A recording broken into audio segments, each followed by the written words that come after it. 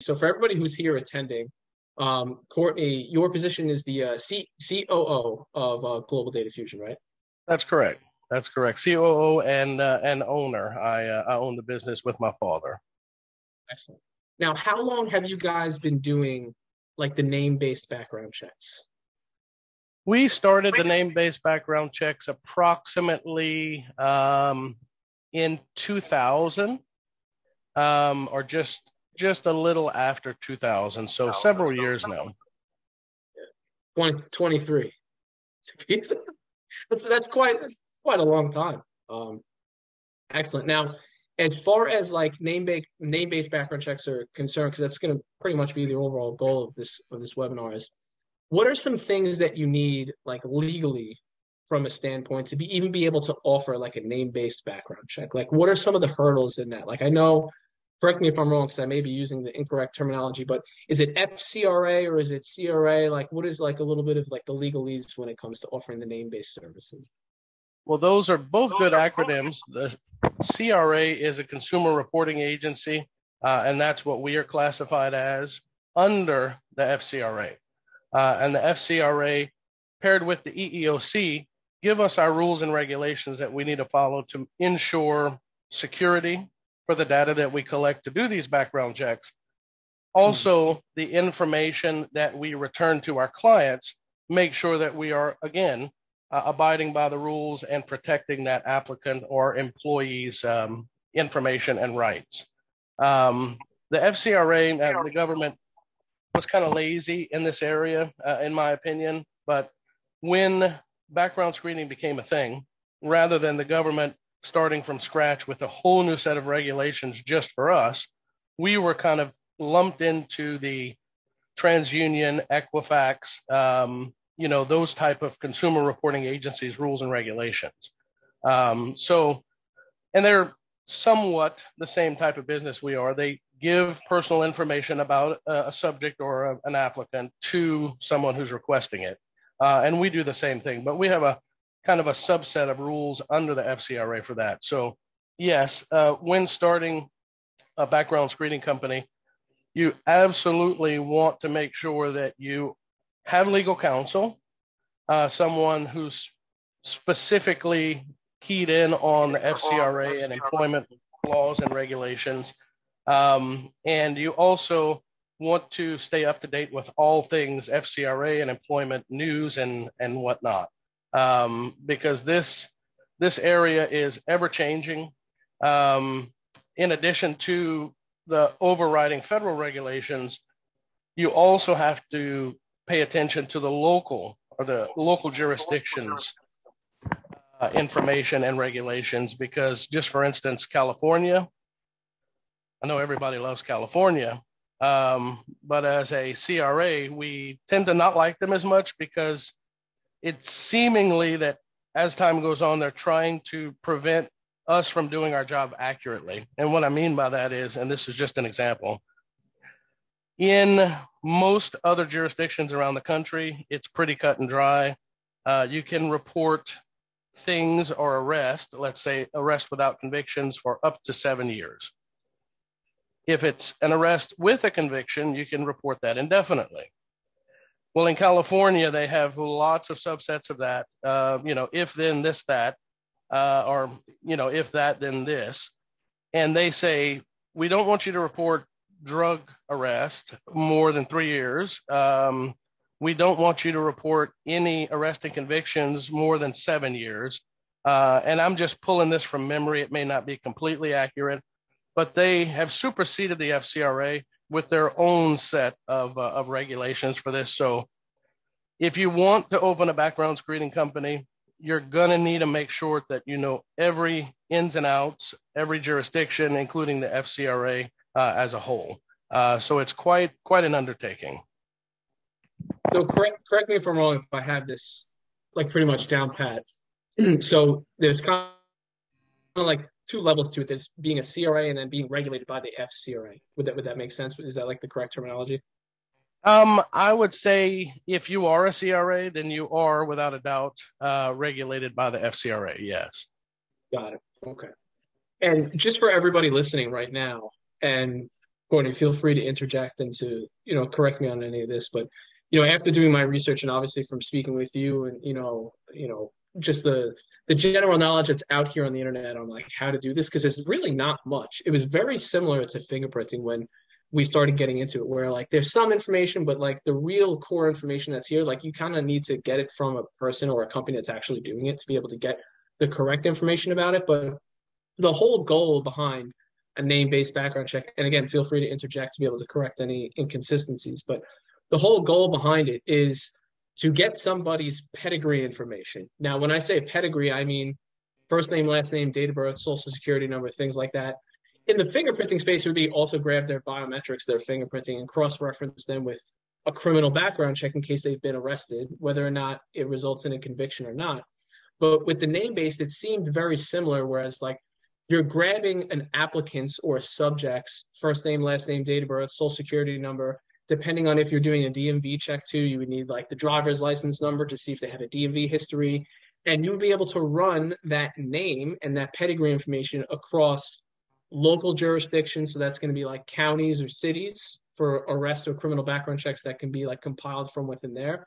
But not only like the local level, but the state level and then the national level as well. Is that like correct in like my summary for that? Absolutely. Absolutely. I think the main difference with the name-based background check versus the fingerprinting, the main would be that when you're doing a fingerprinting-based background check, you're looking at basically one database that is managed by the FBI, let's say, versus the name-based, and it goes exactly to what you said. We're going to not just check one database, we're going to check several. And then when the information comes back, we're not just querying and sending, we're querying the databases, whether it be, a county or parish, all the way up to the federal system. Then we're going to have an actual human. And I'll use that again in this presentation, and I'll explain it later. But we use a human to look over the data to make sure that what we've been asked to do is filled in with the correct information, that it is without a doubt the person that we're looking at, and then that's what we return. So I would say that's probably the main difference. And of course, there is the whole debate about what's better as far as fingerprint based versus name based. And if anybody has any questions about that, we can get into that. Yeah, that's been a hot topic, specifically with like, to give an example and a story for everybody. I think I went over the story last week or the week before. Like Uber, for example. Uber is a company that does name-based background checks in order to verify their drivers and who's working for them. Because like those are all 1099 contractors at the end of the day. They don't want somebody who is convicted and on parole for manslaughter or murder now driving around, regular civilians in a car, and they have no idea about their background or their history or something like that. Like, I know there was a big debate on whether or not Uber should or should not, or even had the ability to do a name-based background check tied with a fingerprint-based background check. And that'll run into something that I know about a little bit, is like the regulations behind requesting fingerprints for somebody who's either going to be employed by you, or if you're doing like tenant screening, or if you're looking into somebody like let's say, I'll give an example or like a story for everybody here. Let's say my name is John and I own a construction company, and John wants the people who John is going to be hiring to at least be vetted somehow with like some type of background check. If you were to do it fingerprint based, the only way that you can request it is if the state allows you to accept, or if it's like run by the state, where like the state has a certain, and every state is different because every state kind of like acts as like their own country when it comes to fingerprinting. But like construction, mostly in most states, is not really like a level of where the state collects fingerprints, does a background check, and then sends it to that construction company. That would more along be the lines of like how a construction company could use a name-based background check as opposed to fingerprinting. Does that like summarize it a little bit? Or Absolutely. And there, once again, are caveats to that. It may be that name-based is good for the entry-level to mid-level workers, and maybe in the case of a security company, maybe the owner of the security company or the manager has to have a name-based and a fingerprint-based because of some type of licensure. Yeah, and we've seen that as well. Like I've seen it personally myself in a little bit of like the medical field. Like, do you see that as well? Or like if somebody's going to be like an LPN or an RN or something like that, or home health aide, like they may be getting, depending on the state, obviously the jurisdiction and the company, and what the regulations are, they may be getting a fingerprint-based background check and a name-based background check. Absolutely, absolutely. And it may be one is unique and the other is an add-on. The unique may be for the licensure in the state for a specific type of medical worker, but the employer supersedes that with, yeah, we also want to know an employment verification and a license verification. So that would be kind of a hybrid. Now, let me ask you this. Is it possible for any company who retains employees or screens employees or hires employees to be able to request a name-based background check to be done? Like, is it available pretty much for like any type of company out there? I would say lightly yes. There's no regulation that says a human resource person or the owner of a company can't go and look up the data themselves for an employee. It doesn't say that they have to have a background screener. So it all depends. As long as you're following the FCRA regulations and the EEOC regulations, as long as you're doing that, there's no extra caveat that says you have to use a background screener. And you can pretty much write your own policy, who you want to hire, who you don't want to hire, so on and so forth. Yeah, that would almost be the difference of like, let's say, John, again, I'm about to hire or onboard 3 employees. I would opt to do like maybe a social media check or maybe just Google their name and then say like, yeah, you know what, they seem good enough, as opposed to, maybe I get with a company that can do this like the legitimate way that is under the regulations of the FCRA. Like, would that be a good summary? Absolutely. Yeah. So with that being said, to bring the analogy back to like that whole debate of fingerprinting versus name based, I always looked at it as like it's not really fingerprinting versus name based. Like, what's the gold standard of the background checks? Like, there's been a lot of over the past like 10 years of people saying, well, fingerprinting is the best. Well, name based is the best. Well, like, no, it's kind of really both, but it depends on the use case of what the company or what the person doing the background check for is trying to get in the first place. Would that be right? I would say, yeah. Now you're asking somebody in name base to say that they're not as good or better than fingerprinting. So I do have my opinion on that. But I would say for the most part, yeah, it depends on what industry it is, who the regulating authority is, and what the powers that be say is the best for that particular job or position.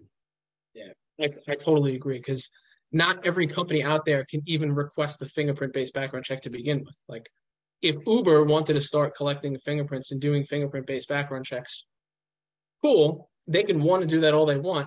They technically can't though, because unless they're what we call like an FBI authorized recipient, they can't do it. It's not possible for them to do it. Like, they have to go through name base. So like there's certain needs, and this is probably why we've been getting a lot of the questions. This is probably why anybody who's attending this right now have gotten questions about companies asking, do you do name-based background checks? Because it's just not available for some companies. Like, they just cannot request fingerprints to be done. Now, if you're like a home healthcare business, then you're mandated by the state to have that person before they get a job, get a fingerprint-based background check. But a lot of companies that are out there, especially a lot of people who are like landlords and who are renting and who do tenant screening, like they can't request fingerprints. Like, it's not available to be done. They technically cannot even, and this is a gray area, some companies and people do it, but they're technically not allowed to do it.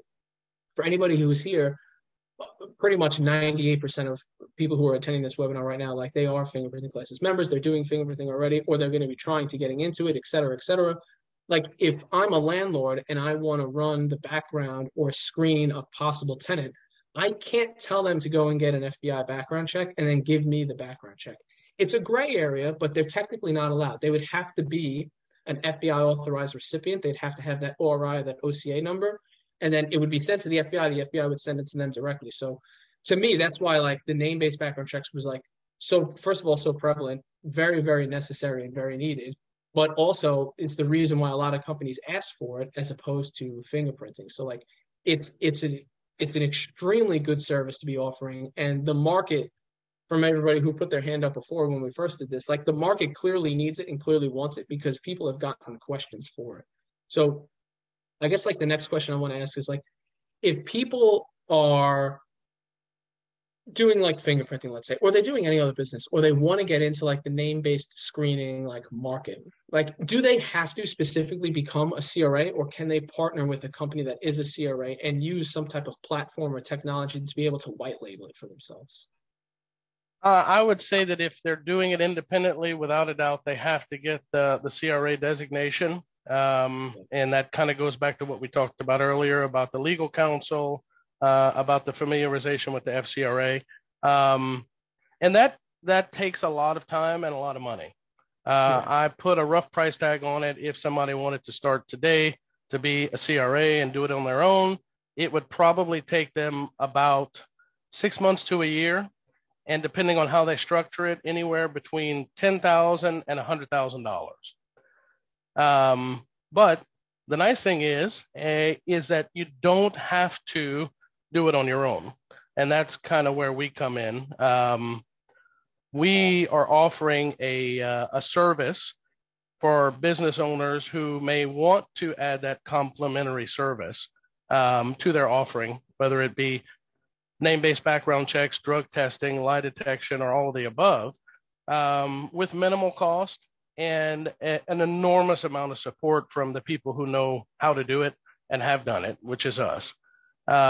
So yes, to answer your question, they don't have to go out on their own. They can do it through somebody like our company, who can supply them the platform, who can supply them the already established vendor connections, and not to mention, between yourself, Dan, and Nick, the marketing support, and we can also help with that as well. Mhm. It's very similar to the analogy of like anybody who got into the fingerprinting space to begin with, or like is interested in getting into fingerprinting. If you want to run FBI background checks, becoming an FBI channeler yourself, Courtney, like becoming a CRA, expensive and difficult. It takes a long time. Like the FBI is a little bit different. They only award those FBI channeler contracts or have RFPs for it, like, every couple of years. Like the last one was like pretty much in limbo for like 8 years. Like nobody was able to apply for it. Whereas if people wanting to get into fingerprinting, that's fine. They can hook up with a vendor that's already a channeler themselves or already has channeling ability, so that you can pretty much skip that entire step. So it's a lot cheaper, it's a lot easier, but you still have a good business model to be able to provide the service because you're connected with a company that did all that heavy lifting. And that company, really, their goal at the end of the day is like to run more name-based background checks and to help the people to fulfill these services. So my question would be like, what type of information do you need to collect from, like, I'll go over an example or an analogy. Let's say I own a business and I own a fingerprinting business, right? And I've been getting requests for people who say like, oh, do you do name-based background checks? Do you do this? And we say like, no. And then I hop on a webinar like this and I'm starting to look for information like, how can I fulfill this service? Things like that. Like, what would you even need to collect from the customer in the first place to be able to run that check? Because a lot of people who are here right now, they're already knowledgeable about like, hey, listen, you take a machine like this, or you take a fingerprint card, you collect them, you send them out, and the background check's conducted from there. So like we know to collect name, date of birth, and ORI numbers, and like the fingerprints, depending on which method you're doing, ink or live scan. But from like a name-based background check perspective, like what do you have to collect from the customer in order to be able to fulfill that service? Let's say they're hooked up with a company like yours, like who did all that heavy lifting to become the CRA and is within all the regulations, has the legal counsel, like has been through that entire like operationally heavy journey. What does that small business owner have to do in order to fulfill that name-based service? Like what do they have to collect from that applicant? I would say, in the simplest and truest form, 3 bits of information: first name, last name, and email address. Okay. So not even date of birth. No, and I'm not saying that we won't collect that, but with our platform, we have the ability, if someone walks into, an office who's done fingerprints for them, they ask about the name-based, the worker there can say, okay, what type of background check do you need? And we'll have packages built that they can select from. So let's say somebody new to town comes in, needs fingerprints for a job. And they also say, well, do you also do name-based? Because I need to get an apartment here, and my landlord's asking me to do that. The worker, could go to the dashboard, select tenant search, ask the person for their first name, last name, and email, put that into the dashboard and send them, the applicant there right in front of them, a request to fulfill the information. So they would get an email link, they would click on it, they would put in their social, date of birth, race and gender, address, so on and so forth, whatever that particular search packet looks like and needs. And immediately, once completed, we will get the information, fulfill the information, do the searches, whatever is required, and then send back the applicant the report. So in essence, if the reseller, partner, however you want to classify that fingerprint-based business, they wouldn't really have to do anything except touch it one time with those 3 bits of information. Conversely, if this same fingerprinting company had a client signed up with them already, who was a direct client, that client would do all the work. That client would get the paperwork from the applicant. They would enter all the information and then send it for a background check through us. So once again, either way, there's minimal touching on the reseller or that small business owner's part. So like, just to break it down, if I was that business owner and I had a lead come to me and say, "Hey, listen, I'm a landlord. I own multifamily dwelling, or I own, a couple of houses. I'm going to be re-upping all my tenant. We're going to be churning through a few tenants. We just purchased these properties and we're going to be looking to screen about 10 possible tenants for the month. Could I use your company to be able to run those background checks?" Let's say I'm a small based fingerprinting company and, I'm hooked up with the service and I say, "Yeah, absolutely." I would collect, at a base level, obviously I'm just projecting here, name, all that pedigree information, use that information to be able to send it to a platform that like a CRA would have, like your company. They would fulfill it, they would run that check, and then they would send it back to the person who requested it, being that landlord. Is that how it would work? Or? Absolutely. And we could set it up a couple different ways. Our system is amazingly customizable, but we could just send it to the applicant. We could just send it to the landlord, or we could send it to both without any effort. And if they were sending it to the applicant, then the applicant, obviously, if they were going to submit like an application to become a possible tenant, they would take that report and they would send it to the landlord and they'd say, "Here, I've processed now my name-based background check. Here's the report." Is that like how it would work? Or the landlord would get it themselves and they say like, "All right, we just processed 10 tenants. Let's look at the report for all or 10 possible tenants. Let's look at the report for all 10 and let's run through the data and see what we have." Like both Absolutely. of those are viable options. Absolutely. And now and this is not legal advice, but it needs to be looked at for the individual state where the small business owner is working out of to make sure that it's legal in that state to charge an applicant for a background check. I will use Louisiana because I'm most familiar with here. In Louisiana, you cannot charge an applicant for a background check, a medical review, or fingerprinting for employment. But the caveat is for volunteers or tenants, things of those sort, or applicants of those sort, it's okay if they pay for that background check. So depending on what state you're in and what you're offering, you always need to make sure that you're doing the legal check and making sure that everything you're producing or delivering is of a legal nature. So it basically comes down to like who's paying for it. Like, is it the company or the landlord who's paying for it, depending on what state they're in? Or is it the applicant that they can offboard that cost to? Regardless, though, the person who's going to be fulfilling the service, like they would always get paid in some way or another, right? Absolutely. Absolutely. Yeah. And it depends, like you said, on who's paying for it, because we have some landlords who want to pay for the background check out of their pocket, but they're recouping the money with the application fee. And others say we don't charge an application fee that includes the background check, so let them pay for it. And this hasn't come up, and it may be too particular or too specific, but our system can do one of two things for landlords. They can be a direct client of ours where they put in the information maybe from an application that they get, or they can send out that link with the first name, last name, and email address. Or we can build them a link that they can put on their website that says, "Please apply for tenancy, and here's a background check request link." Okay. And I know I've been using the analogy, the example of like tenant screening, but like tenant screening is not the only like market this could be used for. It could be used for, people who are screening employees and things like that. Like in your experience, what like types of markets or even like a rough list of like types of markets that you see like need these services done?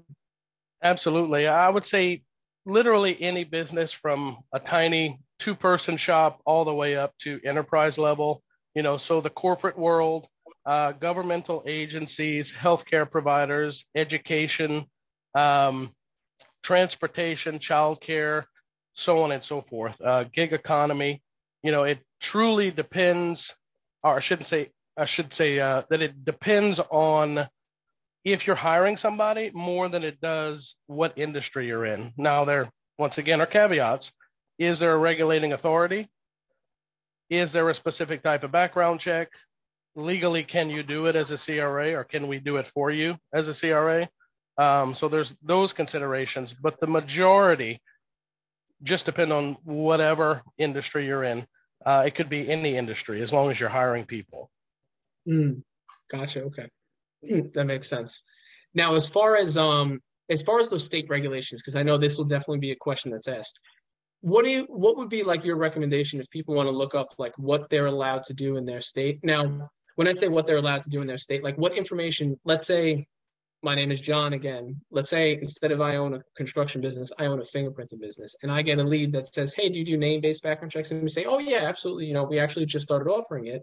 Um, as far as whether or not they can charge the applicant directly, or they can charge the lead that came to them in the beginning, like the business owner or the HR rep or whatever.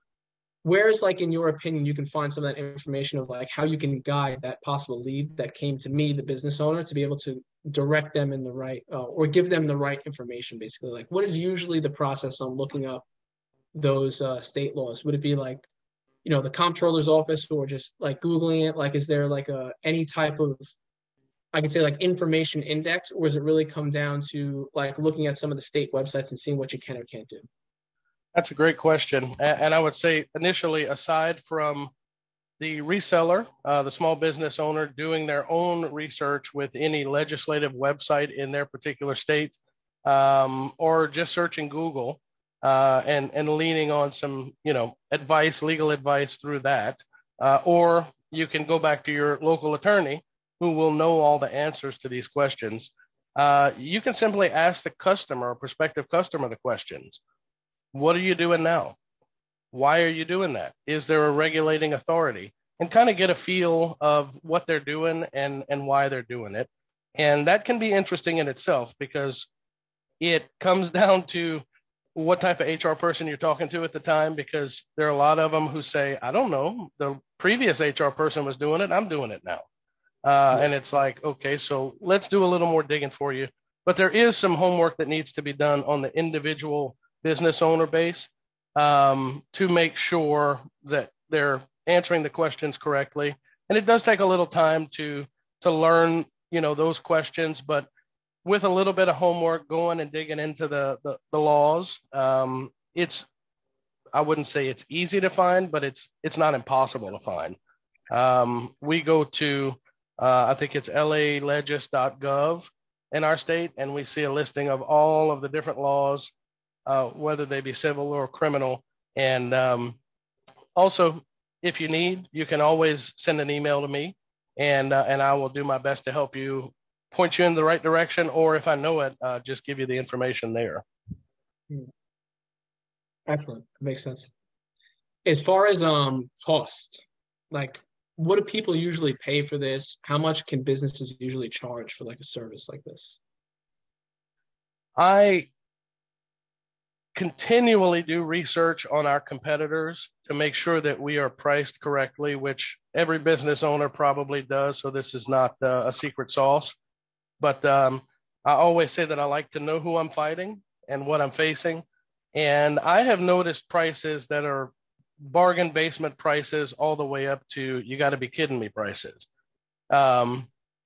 We tried to stay, I would say, at least in the lower middle to middle category for what we offer. And for our resellers, we give them I kind of say a furniture store deep discount. Our manager bought too much. Now we're trying to give it away. So just for instance, a basic criminal check would cost our reseller approximately $18 to $20. And that would be the nationwide search, a county criminal, a social security number trace. And in that nationwide, there is a sex offender, there's a terrorist watch list, there's the OFAC, there's the exclusions database, so on and so forth. For that, it costs the reseller about $20, and they can sell it depending on their market and depending what the market will bear, anywhere from $34 to $50. So there's a decent markup on that. I know just being in the business world that a lot of companies are happy with a 20% profit margin or a 25% profit margin. You're really burning up the market. Our profit margins roughly for our resellers are anywhere between 40 and 50%. I think personally that's huge. And hopefully that answered your question. No, absolutely. The reason why I ask is because this could specifically have the ability to be a very volume-based, like ancillary service, or even like a main service that somebody offers. Because contrary to fingerprinting, like you don't need to, correct me if I'm wrong, you don't need to see that applicant in person to collect these. Like you don't like. I always make the analogy of like you can't have somebody chop off their hand and send it to you fingerprinted and then give it back on ice and then they put it back together. Like you have to physically like meet with the person. For name-based background checks, do you have to have any physical face-to-face, or can this be done like virtually online and just like pump up the volume to it in order to like pretty much make it really a marketing and sales game to the point where like you could do 1,000 of these per month if you really had like good marketing and sales chops, or if you had the right enterprise level partner to be able to conduct all these checks and things like that. Would that make sense? Or Absolutely. That's a great topic to speak on, because I always say that every time you fingerprint somebody, you had to sell that fingerprinting service and you had to see them. Yep. In our world, at least one part of it, once you make the sale to a customer who's a direct customer of yours, you don't have to resell it every time they want a background check.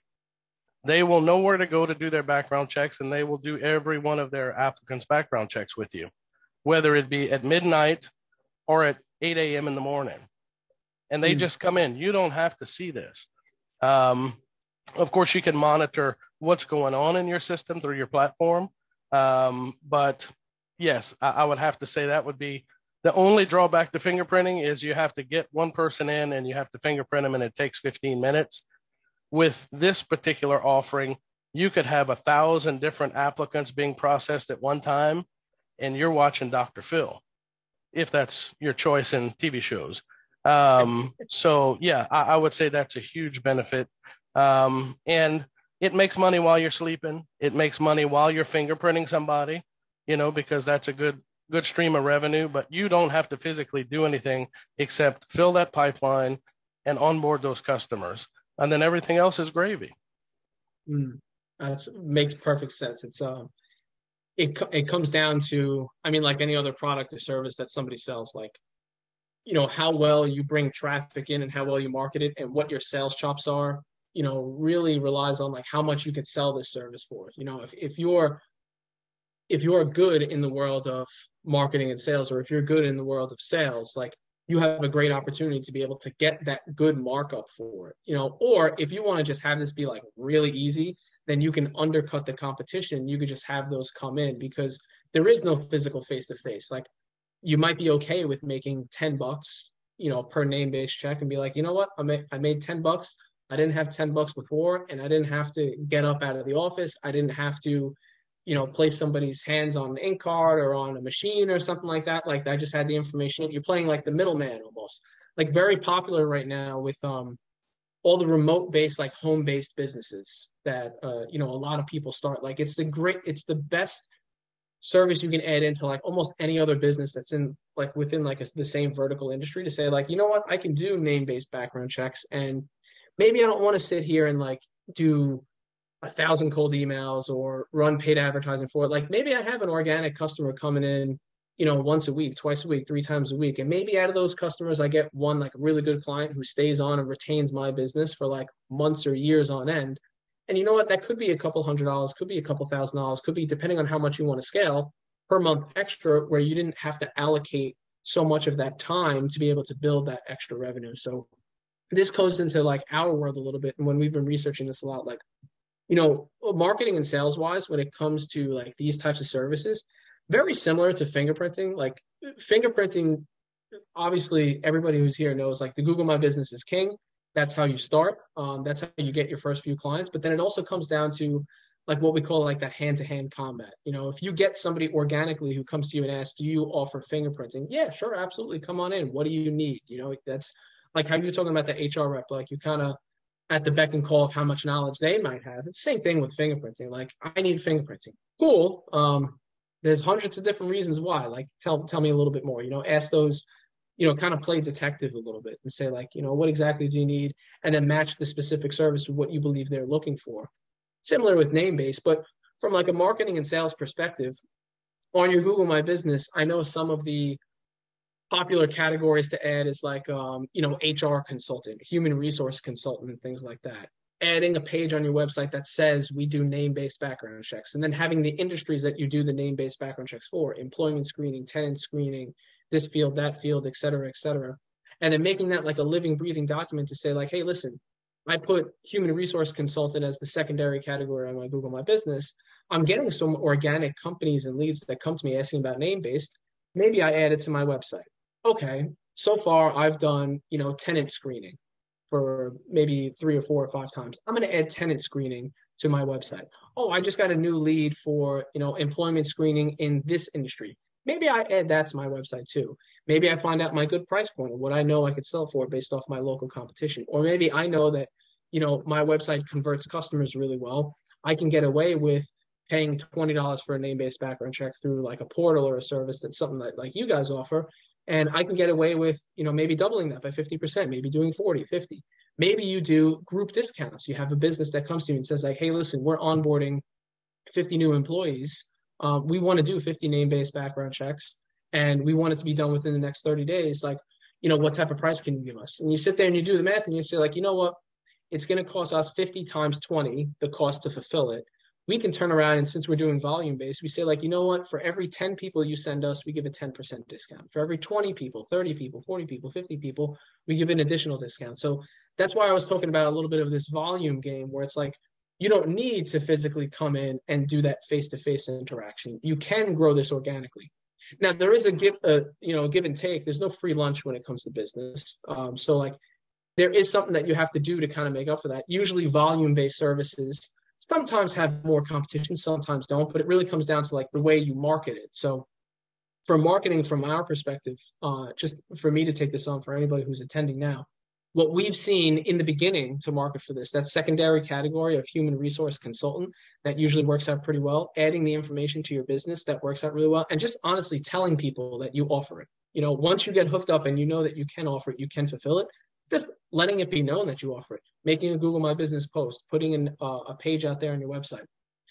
When you get more granular, just like in the fingerprinting world, if you have somebody who comes to you and says like, hey, listen, we're doing fingerprinting for, 2 travel nurses, and they just happen to be, a locum tenens. Or I always say that incorrectly, like locum tenens.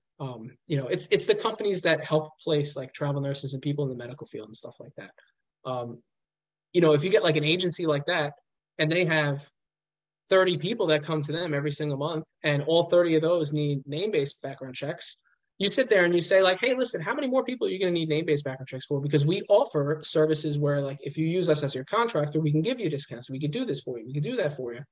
Having that conversation with that specific lead may turn into a relationship where like every month you might be doing 10 of these.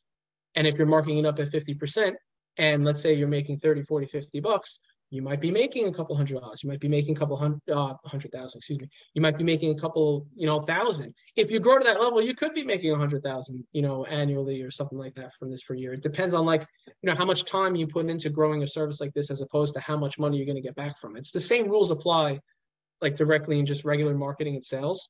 Now, one thing I want to ask is like, if somebody's interested, and at this point in it, like we're going to take the questions. I've been answering a few questions, just typing that as they come in here. Let me get some hands raised in the room. If like this is all making sense so far, like raise your hand in the Zoom room. You can raise your hand by clicking the button. Like, does this make sense? Does this kind of peel the wool back a little bit from an industry like this on how like name-based background checks can be used as a good source of revenue, and it's not as mysterious as some people may think it is, because like I said before, there's not a lot of information on the internet about this. They're really just in it.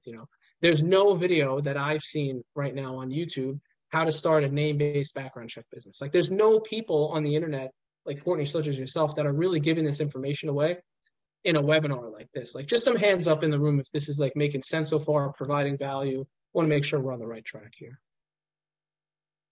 Excellent. Awesome. Beautiful, beautiful, beautiful. All right. Good. Sweet. Thank you everybody for participating. At this point in the webinar, we will be taking questions. There's a Q&A section below.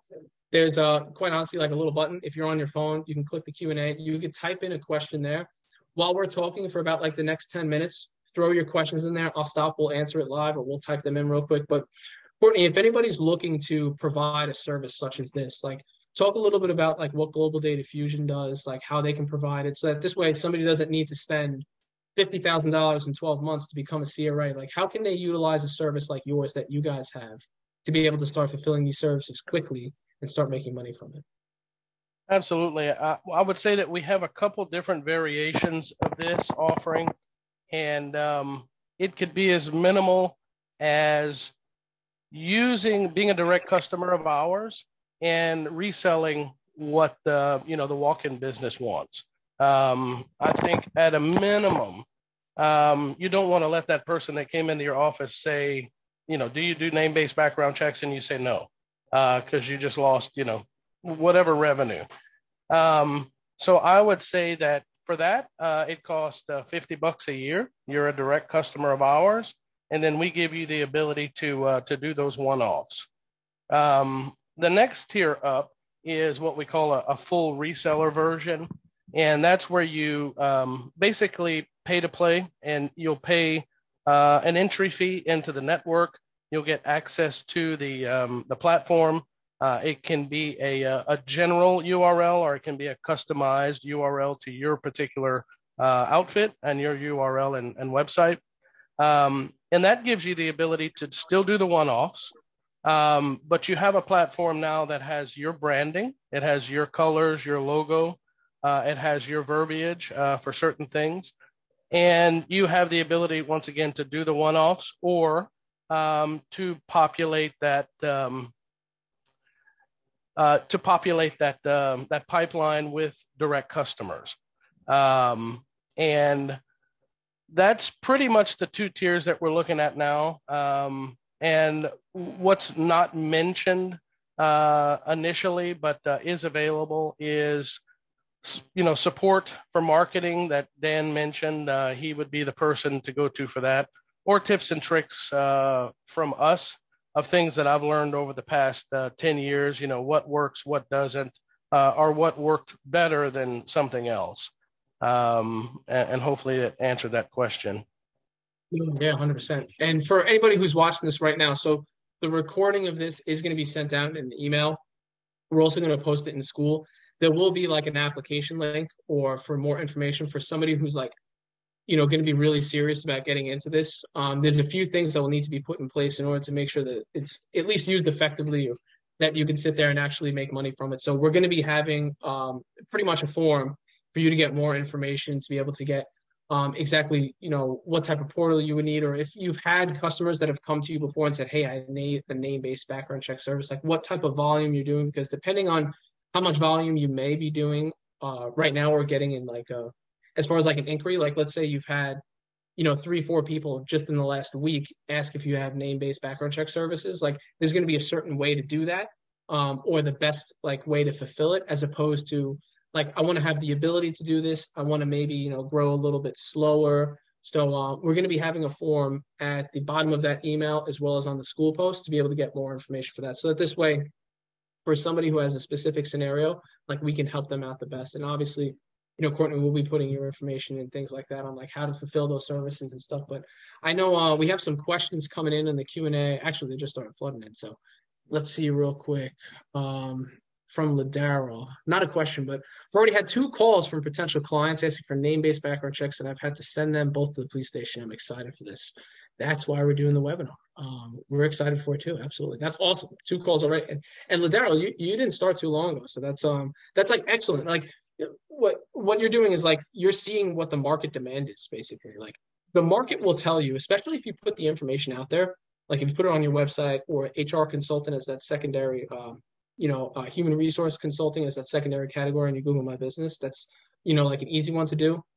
If you're getting organic people to ask for the service, like your market is telling you that there's a need for it. So if the market is telling you that there's a need for it, then it's really plug and play on like how you're going to offer it, what your margins are going to be, what you're going to be offering, things like that. But let's see, quick. And if I can interject something real quickly, Dan, you've mentioned volume pricing. If a reseller comes to me and says, I've got a huge fish on the hook or on the line, and they're going to be doing 50 background checks a month indefinitely, or whatever it might be, 1,000 a month, you would just call me, and I would adjust the price accordingly. And that also transfers to RFPs as well. If you have the wherewithal and the knowledge to do some RFPs and try to get some government work, we will also work with you on the reseller pricing for that as well. Love it. What's this is an interesting question to ask. Do you have any interesting stories or like examples of maybe something that might be like I always ask this question for people, like, what's an interesting story you've had with fingerprinting somebody or doing this? Like, for example, we had a member a while ago who fingerprinted, I think it was like a 98-year-old person who was bedridden, who had to get it done on a card because their immigration status was about to run out, and they had to get like an FBI apostille background check. They had to send it somewhere. So like we always have stories like that where you have things that you would never think you would do with a service like this, but you did end up doing it. Do you have any stories like that? Anything interesting? I would say we don't. But what I think is a funny thing to add is, and I'm sure everybody in this session has had the same thing, but it's a call that says, do you do fingerprints? And you say yes. And there's nothing. And you're like, but I need to know what kind of fingerprints you need. And then we have a short conversation. It's just amazing how many people need something and have no idea what they need. So we try to do a little education at that point, but no funny stories yet. Have lots of funny stories for the lie detection. You can only imagine, and please use your imagination. I can't repeat anything, but it's quite amazing what people want to know about the other person that they're seeing or married to or whatnot. Yeah. What's funny is I didn't have it on the itinerary today to go over it, but we've had a lot of questions about that too. For anybody who's listening right now, raise your hand if a lie detection service would be like on your radar or something you're interested in. This will be a webinar for like a later day. But lie detection, because I'm in Courtney. Here's my system right here. Right there. The back. Outstanding. Still have it. I went as far as like, to purchasing it for anybody who's listening here, because that's definitely one that will probably be, a lot of people are raising their hands right now, piquing their interest. Not to go too off topic for the lie detection service, but as far as lie detection services, what can you sell like a lie detection test for? Like on like retail market, like if somebody's doing a lie detection service, like what can they sell it for typically? The cost minus the hardware can be, once again, depending on the market, what the market will bear, anywhere from $400 to, I would say conservatively, about $800 for the type of lie detection we offer, which in some markets will be considerably less than the polygraph services or CVSA services, voice stress analysis, which punch at them, it doesn't work. But anyway, I would say your profit margin for 30 minutes worth of work, maybe an hour, would be about $300 to $700. So Right. kind of like more than a doctor makes, more than an attorney makes. And then you might ask, well, who would I sell this to? And the easiest answer that I give all the time is, if there are two people that love each other or hate each other, you have a sale. And then that kind of digresses into family matters, where I think after mom died, my brother stole all the money or the assets. Then it goes to law enforcement, which you can obviously help with this. And then it just depends. You know, we've done lie detection on who broke the window. It was a cleaning company that we do name-based background checks for and lie detection when necessary. And one of their janitors was accused of breaking a window in an office building. And it turns out that she didn't. And it was the employee who occupies that workspace who broke it and tried to blame it on the staff, on the cleaning staff. So Craziness. I'm sure there's a whole bucket list of stories from that service too. Well, for yes, anybody sir. who's for anybody who's attending this or getting into this, like, this won't be the last webinar for these ancillary services. We've had a few of these going on so far. Like we had Royal Banks 2 weeks ago talking about DNA testing. That recording is available. We have the YouTube video for that as well.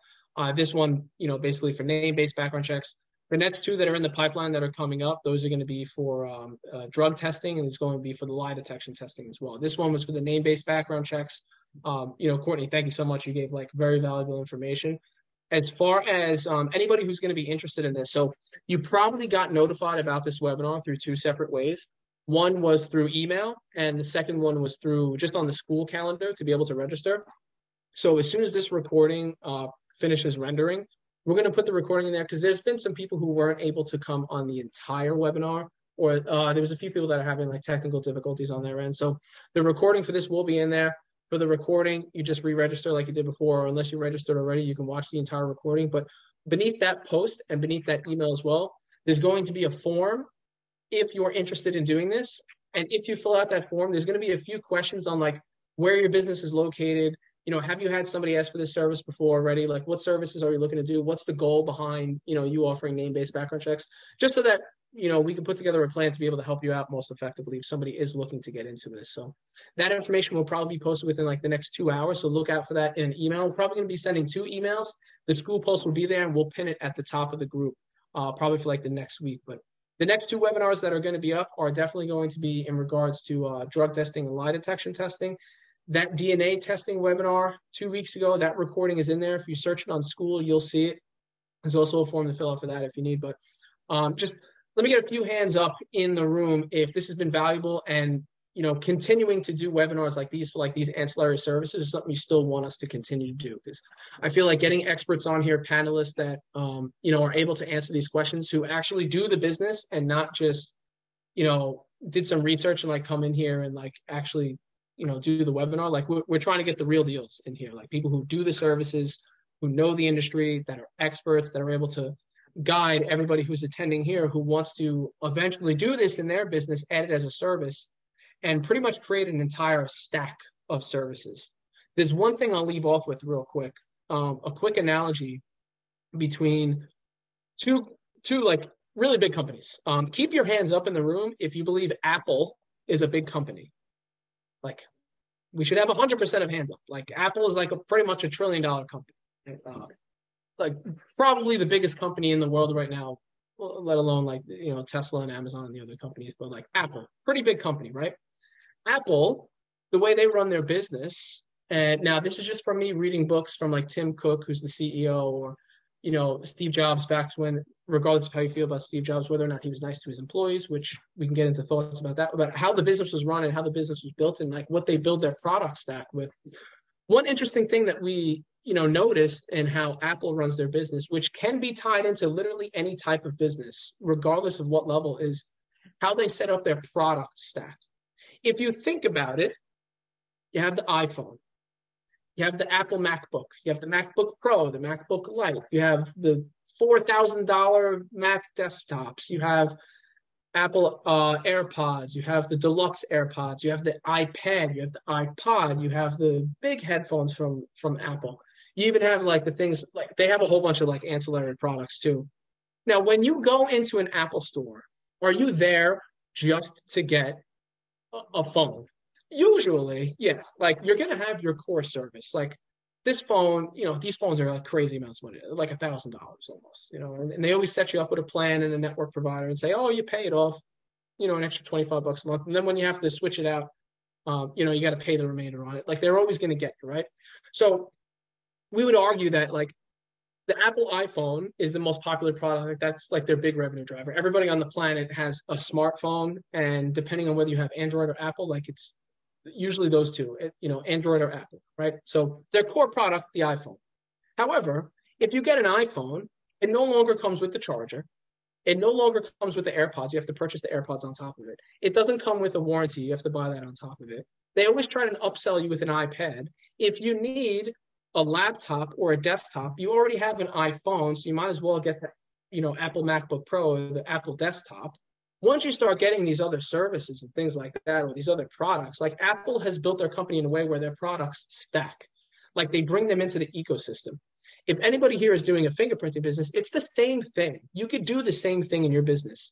You can you can make pretty much the backbone of your revenue right now. If that's what's going on right now, you're only offering fingerprinting. You could do that. That's cool. But like in order to grow your business, you can extend services vertically. You can have a whole product stack. Fingerprinting in the middle, if that's what's paying your bills right now and paying your profit. Name-based background checks on top of it. DNA testing right below that. Drug testing somewhere in the middle from that. If you want to get crazy, lie detection testing, because all these services, like they kind of conjoin with each other. Like they're vertically stacked as opposed to like horizontally stacked. Like horizontally stacking your business would mean like Coca-Cola, which is what I'll go into next. So Coca-Cola, they run their business off of one product, Coca-Cola. However, you can purchase that product in different ways. And I went over this in one of the coaching calls, but it's really, and I got this from another mentor of mine. I didn't think of this myself, but Coca-Cola has one product, whereas Apple has like 25 products, right? 25 products. They just bring in people into their ecosystem and they have a product stack. They vertically integrate their business and everybody comes to them for everything where it comes to like handheld technology, right? Coca-Cola is a little bit different. Coca-Cola has one product, but they run their business based off distribution method. And what I mean by distribution method is you can go to the store, 7-Eleven, and get, a 2 liter of Coke or a 20 ounce of Coke. You can go to a restaurant and get Coca-Cola filled up in a glass where a person literally goes there, fills it up and places it, right there in front of your table and refills it when you're about to be, out. You don't have to sit there and shake the cup or say, waiter, waitress, whatever. That's a distribution method. Vending machines is another distribution method. Costco in those big 36 packs where it's like 25 cents a can. That's a distribution method. Getting the 2 liters at the supermarket. That's a distribution method. It costs a different price every way you go. It costs different. It's $2.79 for a 20 ounce Coke at 7-Eleven because of the convenience. It's 25 cents for a can of Coke at Costco. It's $1.25 for a can of Coke in a vending machine. It's $3.25 plus refills in a restaurant that fills up the Coke for you. In the supermarket, it's $1.29, buy 10, get 5 free, whatever it is, what type of deal they're running for Coca-Cola. So one product mixed and matched across distribution methods where they make their product. And their sales is distributed by distribution method. Whereas Apple, they just run general campaigns where it's like Apple. You see, whatever type of advertisement for, because Apple has 25 products vertically stacked. Whereas Coca-Cola, their slogan, and I'm paraphrasing off of this, like a Coke within arm's reach. That was like their motto. A Coke always within arm's reach. Well, I'll tell you what, it pretty much is within arm's reach because I can go to DoorDash right now, get a 2 liter bottle of Coke from 7-Eleven. I can drive to 7-Eleven and get it. I can go to a restaurant and order Coke. So like those are different ways that you could stack your business depending on what product you have. So you could be a generalized background screening company or fingerprinting company or name-based background check company. And, like a model like being a CRA, you could have resellers. You could do this, you could do that. Same thing with your fingerprinting business. You can, have 17 different systems, place them in 17 different locations and work off a reseller network. You could be like the vendors that do this, or you can grab your product stack, which in my opinion is the easiest way to do it in the beginning, especially if you're scaling up from a small business and trying to scale your revenue. Vertically stacking is faster, and you could do it typically cheaper because you could partner with companies that help you fulfill the services, white labeling it, or be a reseller or be a customer of somebody else's or being an affiliate, things like that. But vertically stacking in the beginning is easier to do and cheaper to do typically when you're adding ancillary services, depending on how you mix and match it and what volume you're getting. You can always go into a vertical stack on how you grow your business, where now you can be one core company that sells your services based off distribution methods. So I wanted to tie that into it because that's, the whole common theme of these webinars is like how you're going to be able to tie this into your business. And usually the two ways that we see people do it, vertically or horizontally. Vertically by adding different products and services and adding it like that.